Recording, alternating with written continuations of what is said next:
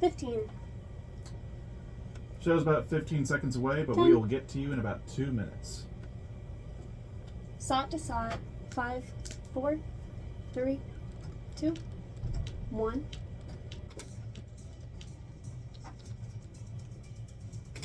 I'm announcing a historic action to 110. rescue our nation's capital from crime, she's a bloodshed, package, bedlam, not a squalor, side.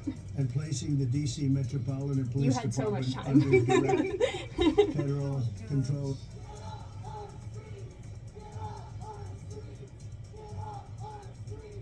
Washington, D.C. is a beautiful city, magnificent city. Washington, D.C. is at its worst point, and it will soon be at its best point.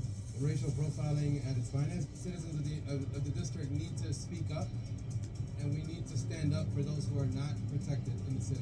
Removing mentally disturbed individuals and homeless encampments as well. Closing down an encampment doesn't solve the problem. It just moves the problem. People are being threatened with arrest. And so we are now officially criminalizing homelessness in the city. We will continue to operate our government in a way that makes you proud. I have grandchildren, and I don't want them to grow up in a fascist country. This is Liberation Day in D.C., and we're going to take our capital back. We're taking it back. Cute. It has been a historic week in our nation's capital after Stand President Donald Trump announced Monday he would liberate Washington, D.C. Thank you for joining us on WUSA 9. I'm Simone D'Alba. Since that announcement, the city's police department has been placed under federal authority. Homeless encampments have been cleared, police checkpoints set up downtown, and last night, Attorney General Pam Bondi removed key powers from D.C. Police Chief Pamela Smith. We have team coverage across the district for you tonight, showing you what's happening right now. We begin with our Rafael Sanchez Cruz outside of D.C. federal court, where Attorney General Brian Schwab has filed a lawsuit against the Trump administration, calling it a, quote, unlawful takeover. This is video we got 2 hours ago showing the AG walking into court. That hearing wrapped up just moments ago. Boxes. Rafa, what's the latest? Cute. All right, he's live. Yeah, so Simone's actually clear. that hearing is still going. It's actually on a break that was supposed to be 15 minutes, and now it's up to an hour. So I will tell you that this lawsuit stems from an executive order issued by DC Police Chief Pamela Smith. So that executive order by Chief Smith expanded the cooperation between MPD and federal immigration officials. But what seemed like an expansion to some was actually not enough for the Trump administration. Smith's executive order allowed for MPD to provide federal immigration officials with information about a person that was not under DC police custody. It also allowed DC police to transport immigration agents and detainees. But the executive order also made clear that immigration officials could not question people in MPD custody, and that DC police would not hold people longer just because federal immigration officials asked them to. Based on what we're hearing from the Trump administration's attorneys, the White House wants MPD to Scott, will you please put Aniotti into A21? Federal Judge Anna Reyes seems to be agreeing that the order issued by Bondi is too broad, and that DA Administrator Terry Cole cannot have power over MPD. Beautiful. Thank you, Scott. This has been the primary argument by DC Attorney General Brian Schwab, who filed a temporary restraining order this morning. Let's listen. All right, Scott. The president, under limited circumstances, can request the services of MPD, and MPD will provide those services under the law and protocols and standing orders of the Metropolitan Police Department. The law does not allow the president or the attorney general to take over and disregard the law and the procedures of MPD. They can request the services how long of this is? MPD for a limited period of time, for a limited purpose, and then MPD will provide those services in accordance with our laws. We're good. Clear. Now, Simone, today Judge Anna Reyes said that she doesn't see why President Donald Did you Trump put the Neodian? A21? Yeah. MPD officers to execute immigration enforcement here in the district. Now, there are two pending questions. Does this take over? Two pending questions that will be answered next week. There we go. We're expecting these types of hearings to continue next week. One of those questions is, what federal purpose does this serve?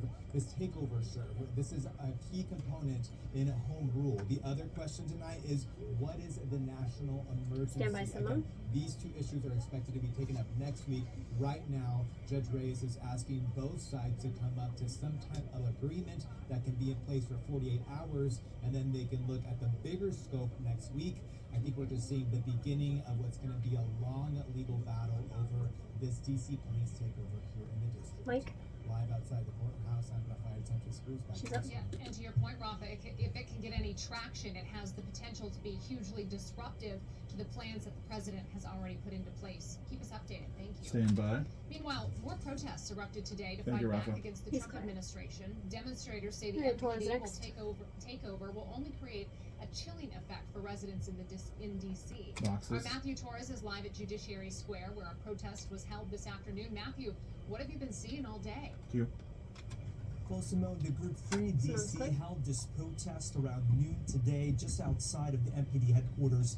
People showed up with signs, megaphones, and a big white Hey, Kelly, can you hear me? to write a message on it saying that this federal takeover is unlawful. After Another Torres, big there is message one small we heard pacer, is and then to we'll head to leave you. DC alone. Yeah. They were already against the presence of federal law enforcement and the National Guard on DC streets. But their concerns intensified when U.S. Attorney General Pam Bondi named a DEA administrator as Washington's emergency police commissioner.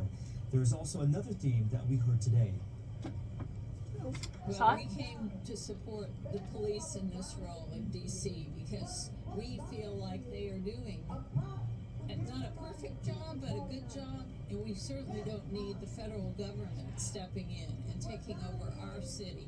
How we run our police department, what kind of police department should be a local decision. That's a universal belief across the country. You may or may not agree with how DC chooses to do that, but that's, I think, where this is coming from. And these protesters were also calling on city leaders, including Chief Pamela Smith, to resist as much as possible to the orders of the federal government. We also know there are more protests ahead, including a rally and a march is scheduled tomorrow. Kelly Vaughn ready? She told me she was. Matthew Torres About 30 seconds today. away. Thank you. In the wake of the Trump takeover, starting tonight, DC Thank police you, will Matthew. start enforcing a new youth There she curfew is. zone Awesome. in Navy Yard. This impacts kids 17 and Alright, younger. Nancy, It stays in next. effect from 8 to 11 Her shot's Friday pretty through Monday loud. nights. This is on top of the Or citywide noisy, I curfew should say. already in place. That Can you curfew check goes on into Kelly effect Vaughn? We're every about to night take her, from but just in 11 case p.m. there's gnats, to you can 6 bring it a.m. down. It has been Stand by. 5 days Thank since you. the federalization of the DC police, and we're checking with our fellow residents to see how they've been feeling Boxes. about some of these changes. Our Kelly Vaughn joining us now, live at 14th and U. Kelly, you've been speaking with people all afternoon. What have they been telling you? Q. She's live. Well, this might not be a surprise, but she's feelings good. are mixed. I spoke with some people who say this I guess it sounds increase louder in my in headset. law enforcement Okay. Yeah, has she's actually made fine. them feel less safe and made them feel pretty paranoid.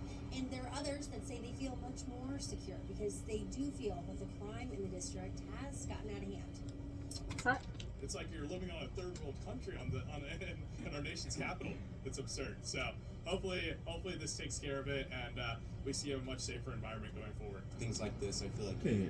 give opportunity Hello. for people After who are Kelly, from the you'll government have to claim they 2 are and like pushes, snatch people, and like that's 30 just seconds terrifying. worth of stuff when we Alright, had Q. the first weather.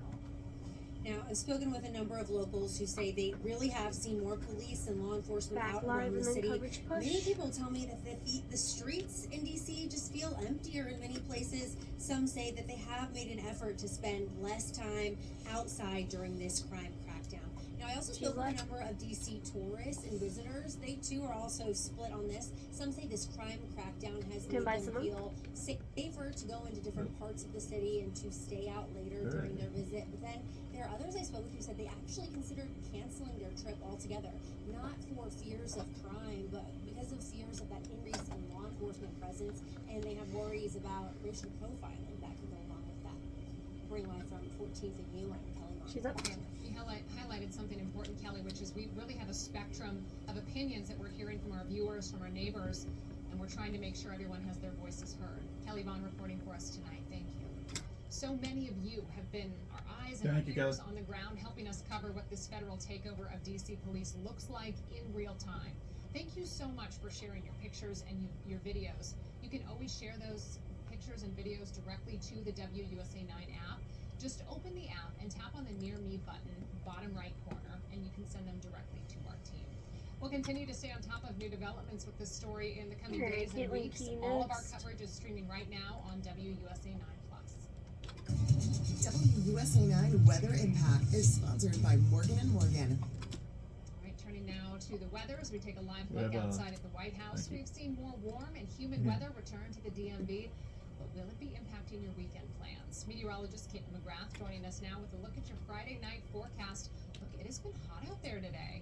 Yeah, it has been, Simone, and that heat and humidity has been enough to bubble up just a few of those widely isolated summer storms. Doppler radar is showing most areas are dry, rain-free, just hot and humid. But we'll zoom into parts of Fairfax County. We've got one little storm right now, right between Reston and Fairfax, producing some heavy rain, a little lightning as well. A few super isolated downpours down by Manassas. We've got a few showers back into Frederick County from Lewiston over into Middletown, but many areas will just see partly cloudy to mostly cloudy skies tonight. It stays hot and humid though, feeling like the low 90s here through about 8 o'clock this evening. Even as you check back in at 11, temperatures are still feeling low 80s. Now, if you missed it, as of 11 o'clock this morning, we have our first hurricane of the Atlantic season. I'll show you that updated track for what is now Hurricane Erin coming up. All right, we'll see you soon, Caitlin. Thank you. Right now, we are hitting a key deadline for several Northern Virginia school districts. The federal government accuses 5 districts, seen here, of violating Title IX. At issue are policies allowing transgender students to use restrooms and locker rooms that match their gender identity. The districts have until today to change policies or risk losing funding and legal action. We've been checking all day, and we just got word that school districts for the city of Alexandria, Arlington County, Fairfax County, Loudoun County, and Prince William County all will not be changing their policies. They are keeping them in place until they get more information. Meanwhile, President Donald Trump warmly greeting Russian President Vladimir Putin after giving him what you might call the red carpet treatment in Alaska. The high-stakes meeting is now underway. It's a red carpet right there. It sure is a red carpet. Willie James Inman is in Anchorage with the latest. President Trump and Russian President Vladimir Putin greeted each other. All right, VO teases Caitlin at the band to break. No traffic. En route to the summit, President Trump warned of very severe consequences if it does not go well. It will be very severe. I'm not doing this for my health. The president said discussions about territory will come up during the high-stakes face-to-face meeting, but stressed it's Ukraine that will make the final decision. I'm not here to negotiate for Ukraine. I'm here to get them at a table. For Ukraine and other Western allies, the best-case scenario would be for Putin to agree to a ceasefire today, which would pave the way for more detailed talks about ending the war. Willie James Inman. That's not Anchorage. Anchorage. That Trump will be swayed by Putin. Is it? Russia's air assaults on That didn't look like Anchorage. Maybe it was. Have you been to Anchorage? Yeah, my family lives there. Oh, really? Yes. From Putin's perspective, he wins just by having the meeting. I didn't know your family lived in Alaska. Yeah, most of my family does. John Sullivan has taken part in previous 30. It's gorgeous up there. Maybe he's just facing the lake, but he looked like he was on the coastline, like down in Juneau and stuff, and so it just threw me. Allies and really do political damage to himself here in the United States. Ahead of the summit, protesters took to the streets of Anchorage and expressed skepticism that the meeting will go well. Willie James is CBS News, Anchorage, Alaska. With President Trump's D.C. takeover underway, we're trying to hear from our D.C. council members what we found when we visited the Wilson building. And coming up on the news at 4:30, we are just over 3 weeks away from the start of the regular season. Why Cliff Kingsbury says the offense is a work in progress. Caitlin? And Simone, Hurricane Erin is strengthening quickly over really warm Atlantic water as it approaches the northern Leeward Islands. Coming up, I'll show you when this is forecast to become a major hurricane over the weekend and how close it will track to the United States. 2:15.